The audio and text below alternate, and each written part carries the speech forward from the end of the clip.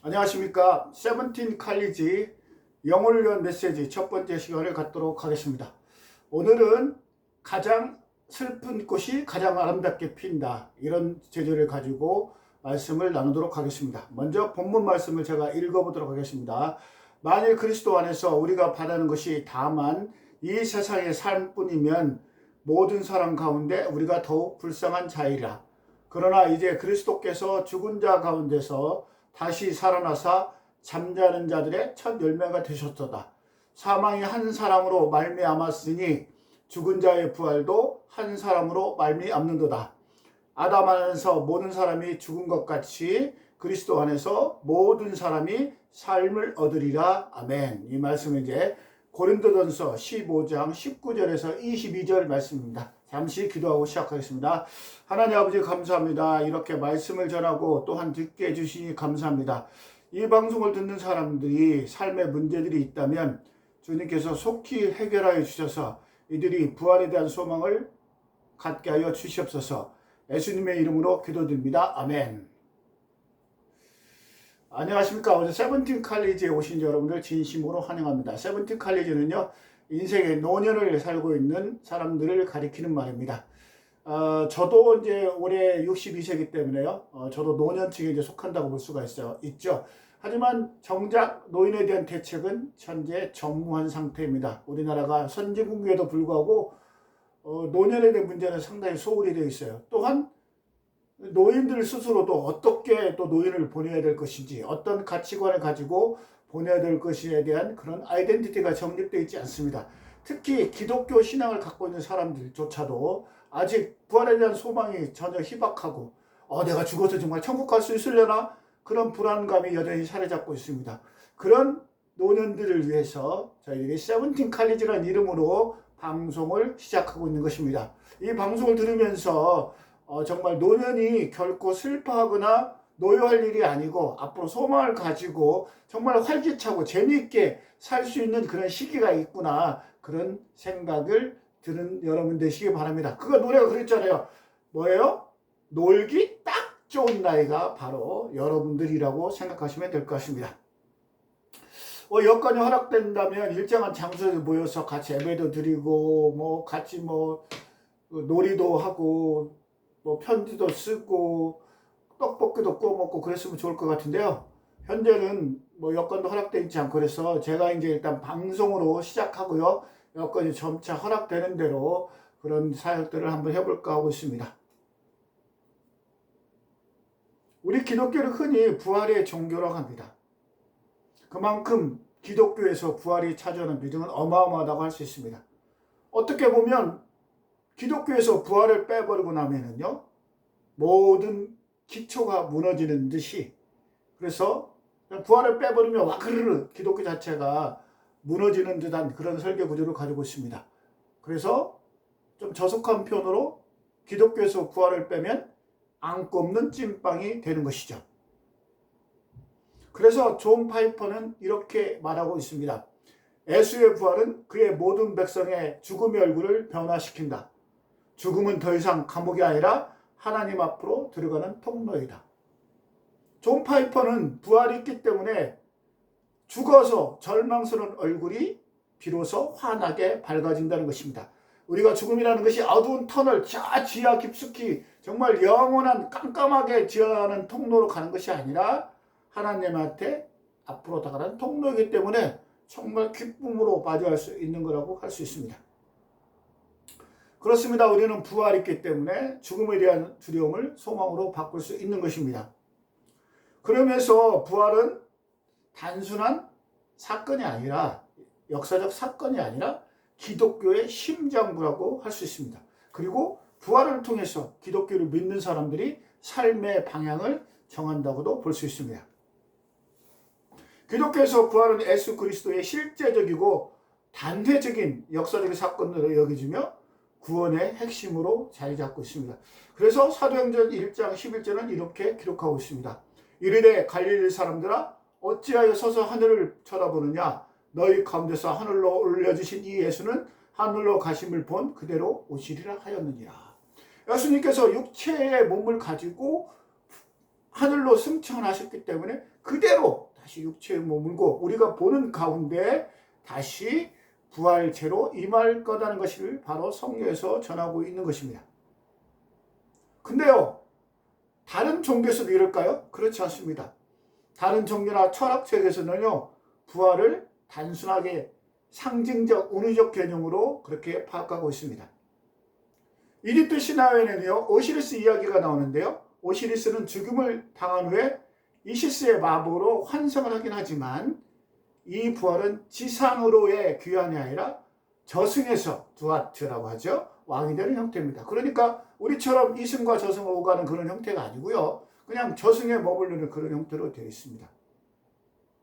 이는 결국 살았다는 의미가 아니라요. 죽음이 계속된다는 그런 상태를 볼 수가 있습니다. 수메르 신화에서도요. 두무지와 이난나의 이야기 나옵니다. 두무지는 죽음과 부활을 반복하며 자연의 순환, 그러니까 계절의 변화를 상징하는 것이죠.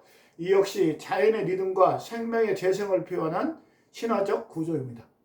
여기서 부활의 구조를 가지고 있다고 얘기할 수 없는 것이죠. 그리스 신화 페르세폰에도 저승과 지상을 오가는 여신으로 그녀의 귀환은 봄의 도래를 의미합니다. 그러니까 그녀의 부활은 우리 기독교에서 말하는 부활이 아니라 봄이 다시 찾아오는 그런 정도의 상징적 의미를 가지고 있다고 볼 수 있습니다. 불교에서는요, 잘 아시다시피 부활이라는 개념보다 윤회라는 개념을 사용하고 있죠. 생과 사를 끊임없이 반복을 통해서 깨달음에 이르는 과정을 중시합니다. 그러니까 죽음의 끝이 아니라 다음 생의 시작이며 결국은 열반에 도달하면 이 순환에서 멈춘다고 합니다. 그러니까 삶과 죽음이 계속 반복되기 때문에요. 어떨 때는 사람으로 태어나지만 어떤 때는 짐승으로 태어날 수도 있고요. 어떤 때로 벌레로 태어날 수도 있다. 이렇게 계속 하기 때문에 이 지긋지긋한 그런 과정을 없앴으면 좋겠다 하는 것이 바로 그런 과정을 열반이라고 얘기하는 것이죠. 그래서 부처가 되면은 열반할 수 있다. 이렇게 가르치고 있는 것입니다. 힌두교 신화에서도요, 윤회와 카르마, 업보를 통해 존재가 계속 이어진다고 그렇게 주장하고 있는 것입니다. 그래서 힌두교 신화 속에 신들이 죽었다가 다시 살아난 이야기가 있지만 이는 상징적 체험이지 기독교의 부활과는 다른 개념이라고 볼 수 있습니다. 철학에서도 죽음을 이렇게 표현하고 있습니다. 대표적인 실존주의 철학자 키에르케고르는 부활을 단순한 역사적 사건이 아니라 개인의 실존적 결단으로 보았습니다. 그래서 그는 어떻게 얘기했냐면요. 부활은 역사의 한 사건이 아니다. 현재를 사는 모든 사람을 위한 실존적 결단이라고 말하고 있습니다. 그러니까 부활이 어떤 실제적으로 피지컬하게 나타나는 것이 아니라 현재를 사는 사람한테 무엇인가 설명하기 위한 그런 존재론적 상징에 불과하다. 그러니까 실제로 부활이라는 것은 없는 것이다 라고 이야기하고 있는 것이죠. 아까도 본 바와 같이 기독교를 제외한 다른 종교나 철학들은요, 부활을 실제적인 사건이 아니라 하나 상징적이고 은유적이고 유로적인 어떤 역할이나 개념 정도로 보고 있다는 것입니다.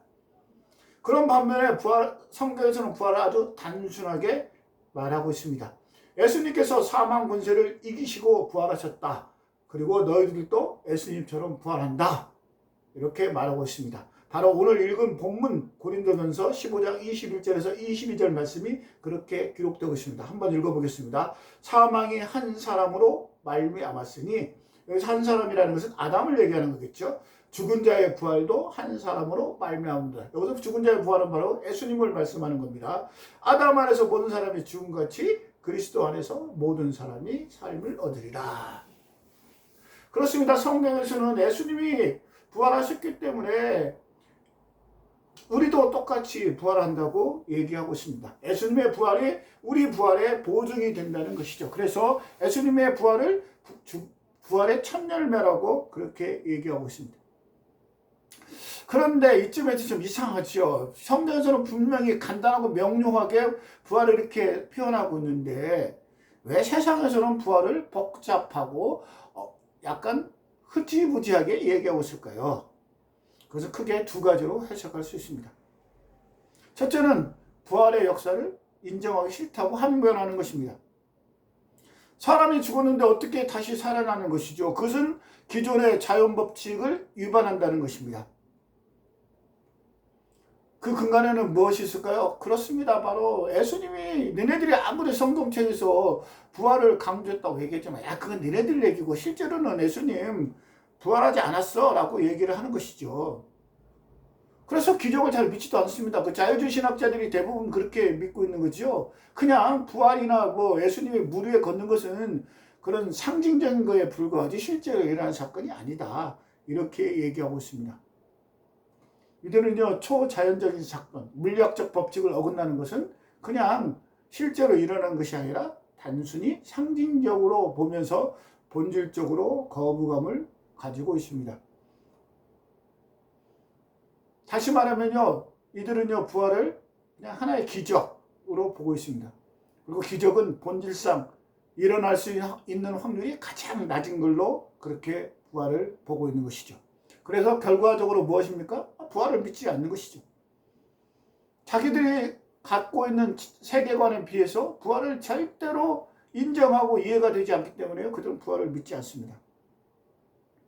이러한 입장을 대표하는 학자가 바로 미거 신학자 바트 얼만이 있습니다.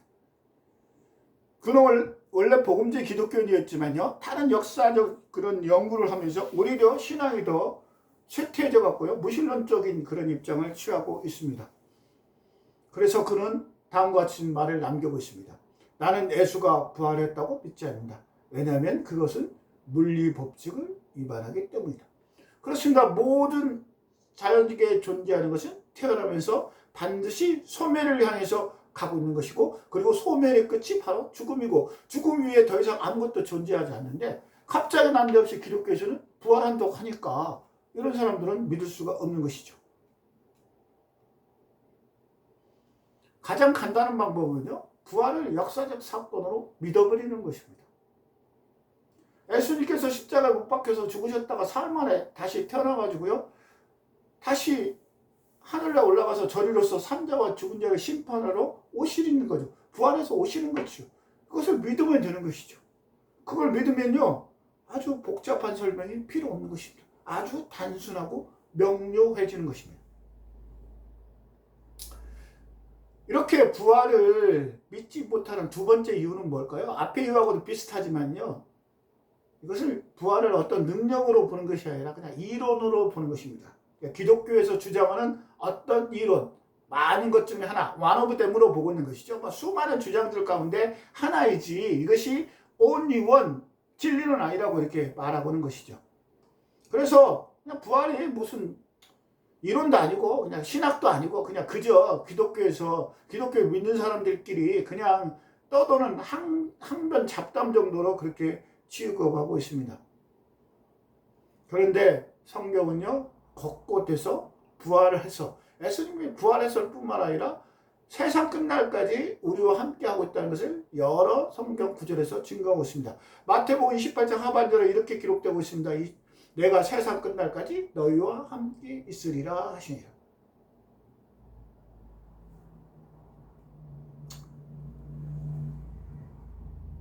마틴 노이드 존스 목사님은요, 이런 세태적인 부활에 대한 거부되는 신앙에 대해서 어떻게 설명하고 있냐면요, 그의 책 부활에서 리바이벌이라는 책에서 이렇게 말하고 있습니다. 부흥은 하나님께서 자신의 백성 가운데 오셔서 그들에게 자신을 나타내시고 자신의 임재로 그들을 사로잡으시는 일입니다.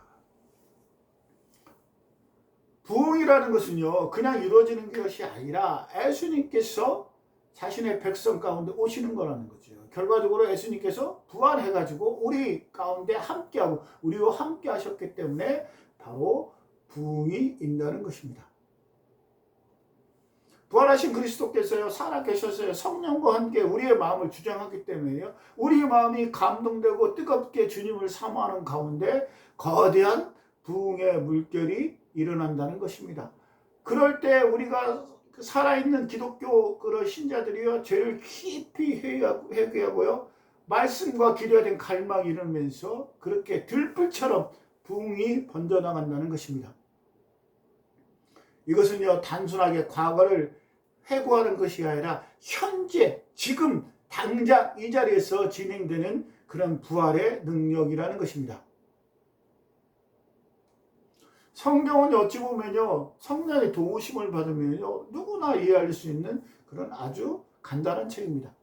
그게 무슨 이론서도 아니고요, 철학책도 아닙니다. 그래서 거기에 적혀 있는 그런 것들은요, 성령의 도우심을 받으면요, 어린아이라도, 문자만 읽을 수 있는 어린아이라도 충분히 이해할 수 있는 그런 구조로 되어 있습니다.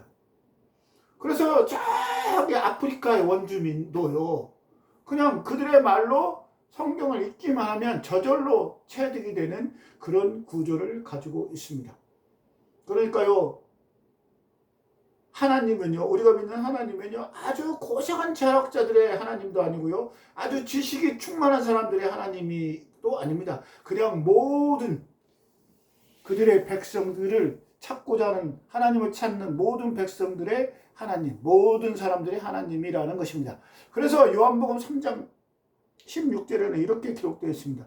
하나님이 세상을 이처럼 사랑하사 독생자를 주셨으니 이는 그를 믿는 자마다 영생을 얻게 하려 하십니다. 영생을 얻는 가장 간단한 조건, 유일한 조건이 뭡니까? 믿는 사람은 영생을 얻는다고 되어 있습니다. 그러니까 성경에서 말하는 진리는요, 복잡하지도 않습니다. 아주 단순합니다. 이런 단순한 사실을 받아들이지 않으니까 복잡하게 설명하고 변명하다 보니까 자기들 스스로의 오류에 빠지는 것입니다. 이것을 어찌 보면 인지편향이라고 할 수 있죠. 인지편향은 뭡니까? 자기가 믿고 싶은 것만 믿는 것입니다. 나머지는 다 무시해버리는 거죠. 그래서 정보가 한쪽으로 확 쏠리기 때문에요, 완전히 왜곡되는 그런 것이 바로 확증편향입니다. 현대 정보화 시대, 정보가 넘쳐나고 많고 세밀한 정보가 많음에도 불구하고요, 왜 사람들이 왜곡되고 이상한 시각을 갖고 있느냐? 확증편향 때문에 그렇습니다. 그래서 수많은 정보 중에서요, 다 믿지 않고 자기가 믿고 싶은 정보만 믿기 때문에요, 정말로 그냥 아주 간단한 진리조차도 믿지 못하는 사람들이 있다는 것입니다. 그래서 하나님 이 성경에 나오는 메시지는요, 믿어야 됩니다. 믿기만 하면 우리를 변화시킬 수 있는 그런 능력이 생겨납니다. 부활하신 예수 그리스도가요, 우리 안에 살아 계셔서요, 지금도 성령 가운데 역사하시기 때문에요, 우리가 감히 할 수 없는 일들을 성령의 도우심으로 할 수 있는 것입니다. 그러니까 우리가 부활신앙을 믿으면서 성령을 내 안에 계속 내주하고 있어서 기도하고 간구하는 가운데 어떻게 됩니까? 그런 신비한 능력으로요, 깨어진 가정이 회복되기도 하고요, 내 안에 와그르르 무너졌던 그런 하나님의 형상들이 회복되면서 내가 내 능력으로 도저히 할 수 없던 일들을 아주 기꺼이 할 수 있는 그런 능력이 생기는 것입니다. 그래서 바울은 로마서 1장 4절에서 이렇게 기록하고 있습니다. 성경의 영어로는 죽은 자 가운데서 부활하사 능력으로 하나님의 아들로 선포되셨으니 곧 우리 주 예수 그리스도이라. 부활이라는 것은 뭐냐면요, 예수 그리스도가 하나님의 아들이라고 꽉 하고 도장을 찍는 일입니다. 예수님께서 부활하셨기 때문에요, 이것은 하나님의 아들이다 라고 세계 만방에 선포하는 그런 것입니다. 예수님이 부활했던 것은 실제적인 사건이잖아요. 성경에 기록되어 있는 사건이잖아요. 그러면 예수님께서 이 땅에 태어나셔서 하셨던 모든 말씀도 결국에는 사실이라는 겁니다. 부활을 믿지 않으면 어떻게 해야 돼요? 예수님이 하시는 모든 말씀이 다 거짓이 되는 것이죠. 그래서 어떻게 보면 기독교의 가장 큰 갈림길은 뭐냐면 예수님의 부활을 믿느냐 안 믿느냐에 달려있다고 할 수도 있습니다.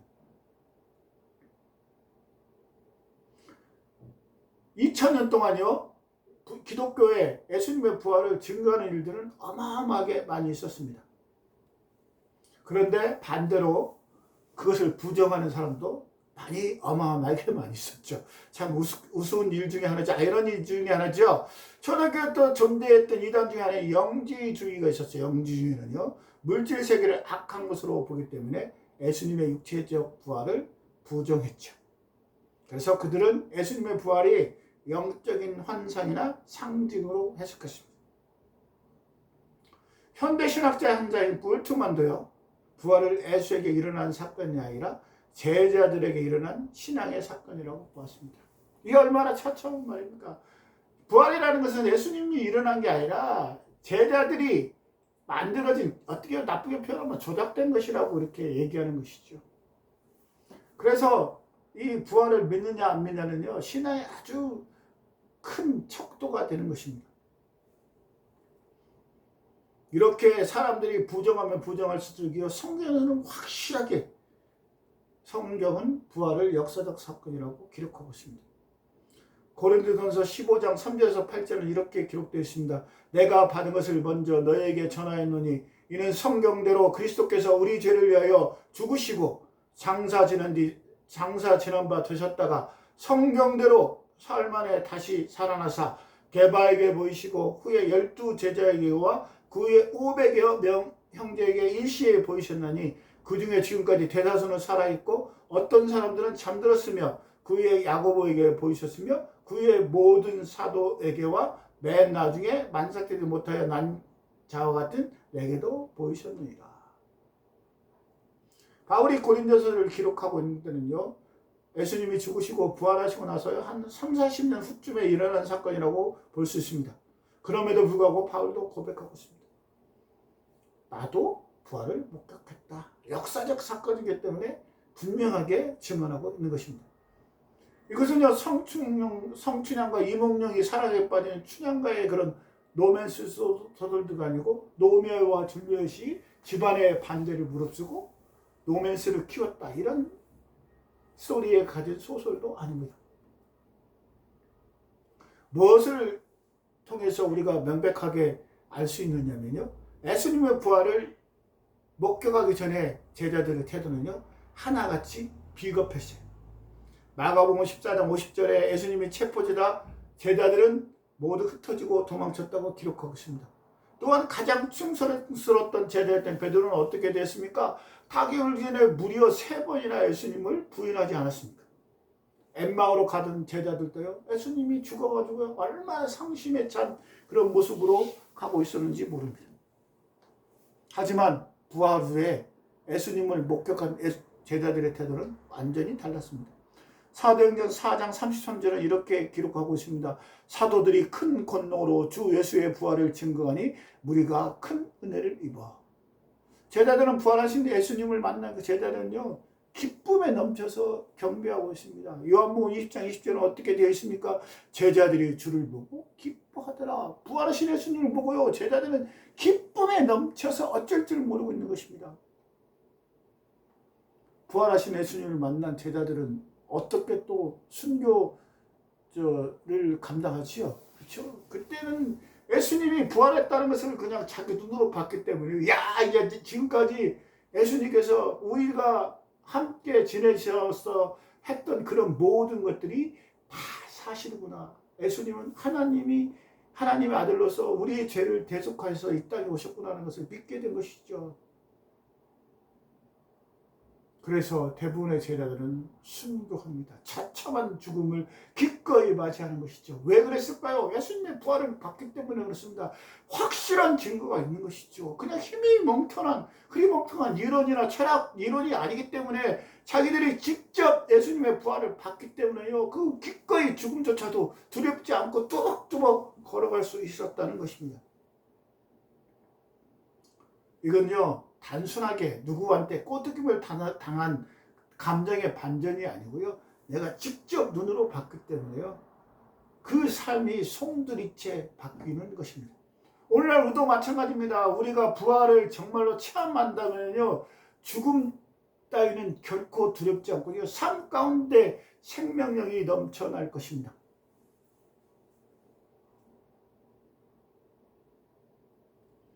인도 출신의 유명한 성자 중 하나에 산다싱이 있었습니다. 산다싱이 이제 영국을 방문했을 때 일인데요. 산다싱은 이제 인도의 펀잡 지방에 1889년에 펀잡 지방에 태어났어요. 시크교도, 힌두교 시크교도에서 자라나서요. 그렇지만 1905년에 극적인 회심을 통해서요, 기독교로 전환을 했죠. 그래서 그때부터 그런 기독교를 믿어서 예수님의 그 복음을 전했다는 그런 기쁨 때문에요, 히말라야를 넘나들며, 그 높은 히말라야를 넘나들면서 복음을 전파하고 다녔죠. 인도 전역을 다 휩쓸고 다녔고요, 유럽 미국까지 순회하고 다니면서 예수님의 복음을 전했습니다. 담요 한 장과 성경 한 권만 들고 다녔기 때문에요. 인도의 성자라고 불렸던 것이 바로 산다싱입니다. 그런 산다싱에게 영국을 방문했을 때 영국의 한 대학 교수가 이렇게 질문했습니다. 당신이 오랫동안 믿었던 전통의 힌두교를 버리고 기독교를 믿게 된 이유가 무엇입니까? 즉, 이 대학 교수는요, 기독교와 힌두교의 차이를 묻고 있는 것입니다. 산다싱은 아주 간단하게 대답합니다. 부활하신 예수가 지금도 살아있기 때문에 기독교를 믿습니다. 얼마나 단순 명쾌한 일입니까? 우리가 믿는 기독교의 가장 저변의 뿌리는요, 바로 부활하신 예수님께 닿아 있습니다. 그리고 그 부활하신 예수님을 사랑하고 그 분의 능력을 믿기 때문에요, 우리는 또 예수님을 믿는 것이고요, 그 믿음의 능력으로 우리가 불가능한 일들을 할 수 있는 그런 능력이 생기는 것입니다. 물론 우리가 지금 현재는요, 육체의 몸을 입은 예수님을 볼 수는 없습니다. 예수님께서 승천하시고 난 다음에 누굴 보내주셨어요? 보혜사 성령님을 보내주셨기 때문에 지금은 성령 시대입니다. 우리는 지금 성령과 함께 지금 공존하고 있다는 것입니다. 요한복음 14장 26절에 이렇게 기록되어 있습니다. 보혜사 곧 아버지께서 내 이름으로 보내실 성령, 그가 너에게 모든 것을 가르치고 내가 너에게 말한 것을 생각나게 하리라. 예수님께서는요, 승천하시면서 성령을 보내시면서 성령이 지금 예수님, 너희들이 나와 함께 있었던 그 모든 것들을 성령이 생각나게 하시려는 것입니다. 예수님께서 승천하고 성령을 보내신 이유는 아주 간단합니다. 예수님께서 육체의 몸을 오시고 있었지만요, 육체의 몸을 가지고 오셨기 때문에 제한되는 그 역사들이 많이 있었죠. 어쨌든 예수님은 인성과 신성을 다 가지고 있지만 육체의 몸을 갖고 있었기 때문에 시공간의 제약을 받는 것이죠. 하지만 이제 승천해서 성령을 보내주셨기 때문에 시공간의 제약을 받지 않는 것입니다. 그러므로 우리가 그리스도의 몸을 입은 우리들은요, 성령님으로 구하는 것들을 모두 얻을 수 있다는 것입니다.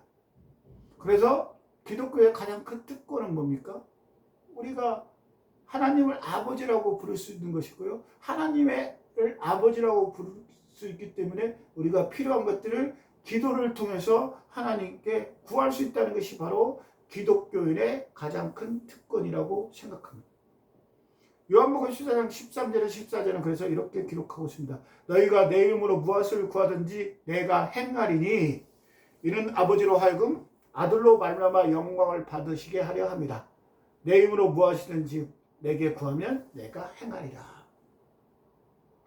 우리의 기도가 응답되고 있는 이유는 뭡니까? 그분이 지금도 살아 계셔서 우리와 함께 하기 때문에 그렇습니다. 우리가 작은 신음으로 너무너무 힘이 들어가지고요, 정말 작은 신음으로 기도하고는 것조차도 성령님께서 바로 우리 옆에 계셔 있기 때문에 그 목소리를 듣고요, 우리의 소원을 들어주신다는 것입니다. 기독교가 만약에 응답받지 않는 기도만 되풀이한다면요, 기독교는 참으로 힘이 없는 종교가 되는 것이죠. 그러면 단순하게 아주 복잡한 이론이나 철학서적이 될 수도 있습니다. 하지만은요, 기독교가 능력 있는 것만은요, 부활하신 예수님이 우리와 함께 계시기 때문에 우리가 그 부활하신 예수님의 능력을 믿고요, 우리가 기도를 통해서 하나님의 그런 마음을 얻으면은요, 우리가 결코 할 수 없었던 일들을 우리가 할 수 있게 됐다. 그래서 우리가 그만큼 부활의 능력을 갖고 있다. 이게 바로 우리들의 능력의 핵심이라고 할 수 있습니다.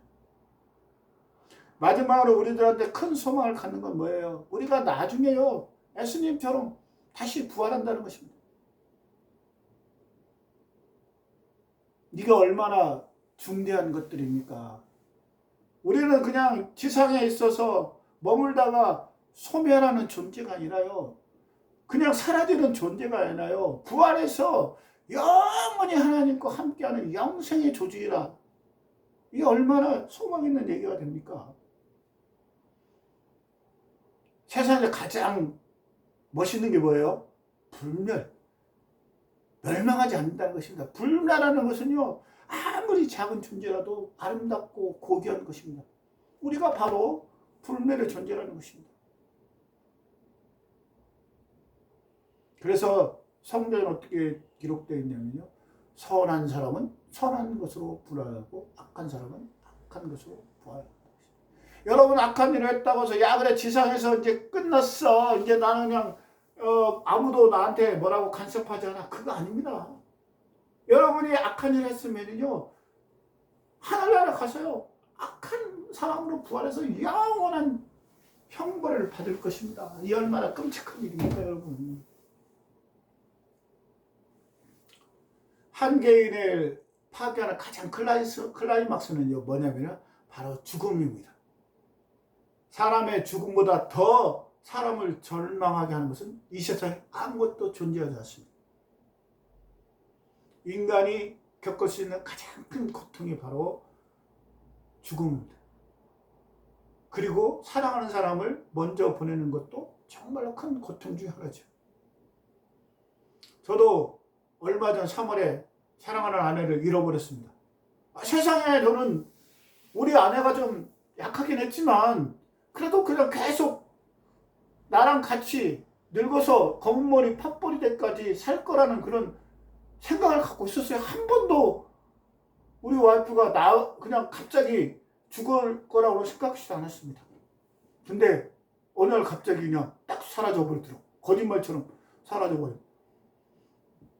3개월이 지났지만요. 지금도 그 믿어지지가 않아요. 그냥 어디 소풍 갔다가요. 어디 해외여행 갔다가요. 갑자기 캐리어 들고 올 것 같아요. 그래서 지금 저는 아내가 잠들었던 그 방에 잡지 못하고요. 저 건너방에서 자는데요. 밤이 되면 불을 켜놓습니다. 혹시 어두워서 방을 못 찾을까? 참 무슨 얘기죠. 뭐 그런 게 이미 이제 하늘에 올라가서 하나님과 잘 지내고 있을 텐데 오히려 지상보다 더 행복하게 살 텐데 그럼에도 불구하고 이 연약한 인간의 지식은요. 그 한계를 벗어나지 못하고 있습니다.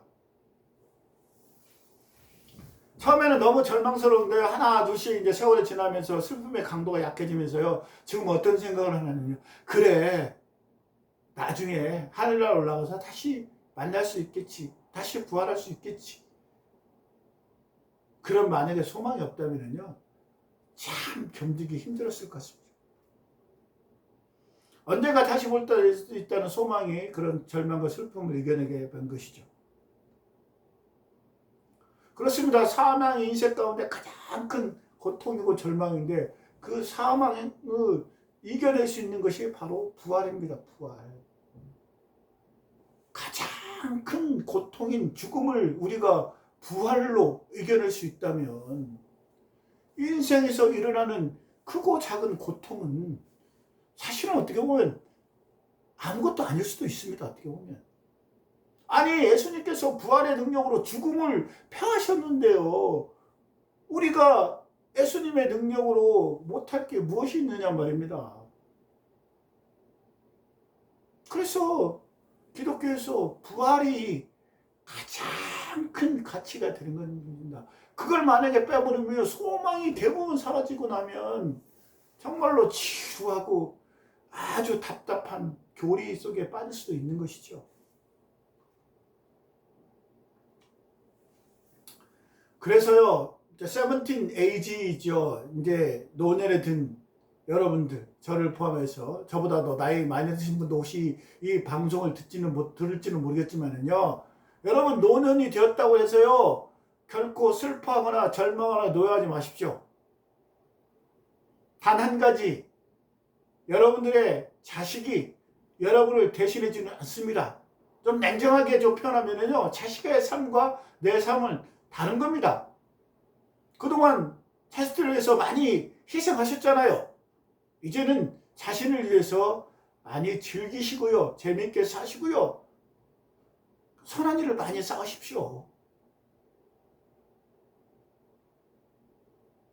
왜요? 다시 부활할 거? 부활하잖아요. 부활해서 천국에 상급이 많이 있으면 얼마나 좋겠어요, 여러분. 부활했어요. 갔는데 상급이 너무 없어요. 아무것도 없어요. 참 너무 허무잖아요. 그러니까 살아있는 동안에요. 건강하게 사시고요. 건강하게 살면서요. 하나님 열심히 섬기십시오.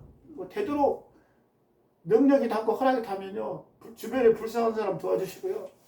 가급적이면 예쁜 말, 친절한 말, 따뜻한 말, 온화한 미소로 지으시면서 사십시오. 그게 바로 노인들이 갖고 있는 특권입니다.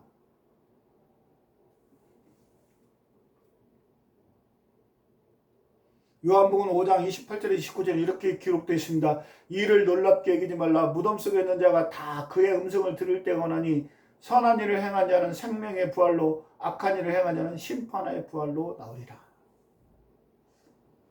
말씀을 맺을까 합니다. 우리 기독교는 뭐예요? 부활을 믿는 사람들이잖아요. 그래서 죽음이 가장 큰 두려운 절망이고 고통이잖아요. 그것을 그리스도가 부활한 분에 서 우리도 부활로 이겨내는 것입니다. 그러면 어떻게 됐습니까? 가장 큰 것을 해결해 주신 분이 우리에게 아주 작은 것을 해결해 주지 않을 이유가 없지 않겠습니까? 그 삶 가운데 고난이나 절망이 오면은요, 낙심하지 말고 절망하지 말고요, 성경 말씀 보고 기도하고요, 예수님을 찾으면서 그 절망을 희망으로 바꾸어 주었으면 좋겠습니다. 그런 희망과 그 활기참으로요, 선을 베풀고요, 남한테 친절하고요, 하나님 더욱 섬기고 그렇게 사셨으면 좋겠습니다. 그래서 다시 부활하면 얼마나 그 부활체가 영광스럽고 빛나 보이겠습니까? 반대로요, 지금 이 방송을 듣는 사람들 중에 혹시 만에 하나 예수님을 믿지 않는다고 하시는 분도 있으면요, 지금이라도 당장 예수님 믿고요, 가까운 교회 가십시오. 여러분, 예수 믿는 사람이나 믿지 않는 사람이나요, 가장 궁금한 게 어딘지 아십니까? 천국입니다. 예수 열심히 믿고 정말 다 양보하고요, 꾹꾹 눌러 참고 예수님 때문에 엄청나게 참았는데요, 죽었는데 천국이 없다면 얼마나 믿는 사람은 허망하겠습니까? 반대로요, 예수님 없다고요, 갇힌 악행 다 저지르고요, 그냥 헛된 짓 하고요, 남의 물건 훔치고요, 호의호식하게 살다가 죽었는데 천국이 딱 있어서 심판한다고 생각하십시오. 얼마나 소름 끼치는 일입니까? 여러분, 죽은 사람이 다시 와서 우리한테 천국 얘기를 하지 않았잖아요. 그러니까 여러분, 천국이 있다는 걸 믿고요, 지금이라도 여러분 예수 믿지 않은 사람들은요, 꼭 예수님 믿고요, 가까운 교회 가서 나중에 였잖아요. 죽었다 딱 묻었는데 심판 있으면 여러분 어떻게 하실 거예요? 그때는 이미 손쓸 방법이 없어요. 영원한 형벌에 들어가서 죽지도 않아요. 얼마나 고통스럽겠습니까, 여러분? 이 방송을 듣는 사람이요, 그런 고통스러운 삶에 빠지지 않기를 진심으로 기도하겠습니다. 이 방송 듣고요, 정말 교회 안 다니는 사람 빨리 교회 가십시오. 즉시 교회 가시기 바랍니다. 오늘은 세븐틴 칼리지 첫 방송이었습니다.